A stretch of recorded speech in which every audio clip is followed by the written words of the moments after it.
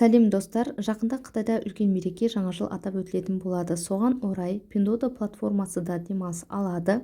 Біз қай уақытқа дейін заказ салуымыз қажет және де осы жаңа жыл бойынша қызықты фактермен бөлісіп өтейін. Каналға тіркеліп лайк баса кетуді ұмытпаңыздар.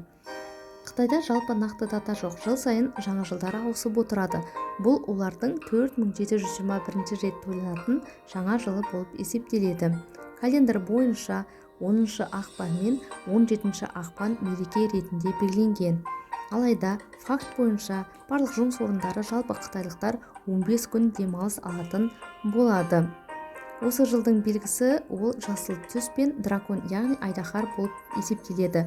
Бұл оларда табыс, денсаулық, береке деген мағынаны білдіреді. Pinduoduo платформасын ашып қарасаңыздар, түрлі жаңа жылдық сыйлықтар пайда болды. Сондай-ақ 12-12 деген акцияда жүріп жатыр. Сол арқылы жаңа жылға өзіңізге қажетті товарларға қазір заказ салып үлгерсеңіздер болады. Бұл акция атап тұрғандай 12 декабрьге дейін созылатын болады.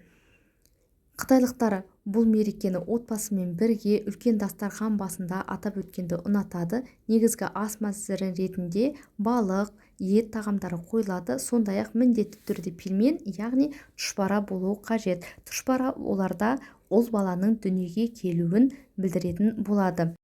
Бұл жалпы Қытай жаңа жылы туралы қысқаша дерек. Енді заказдарымыз келіп үлгеру үшін қай уақытқа дейін салуымыз қажет, соны айта кетейін. Қазір түрлі даталар айтылып жатыр. TikTokта болсын, басқа да видеоларда 5 ақпан дейді, декабрьдің соңы, январдың соңы. Жалпы өздеріңіздің карголарыңыздың міндетті түрде жеткізу уақытына қараңыздар.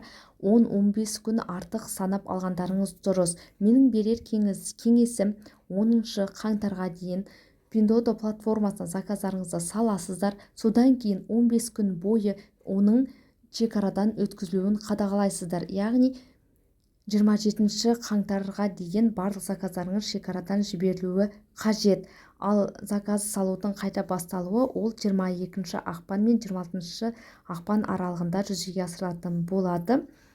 Барлықтарыңызға сәттілік, кешігіп қалмаңыздар.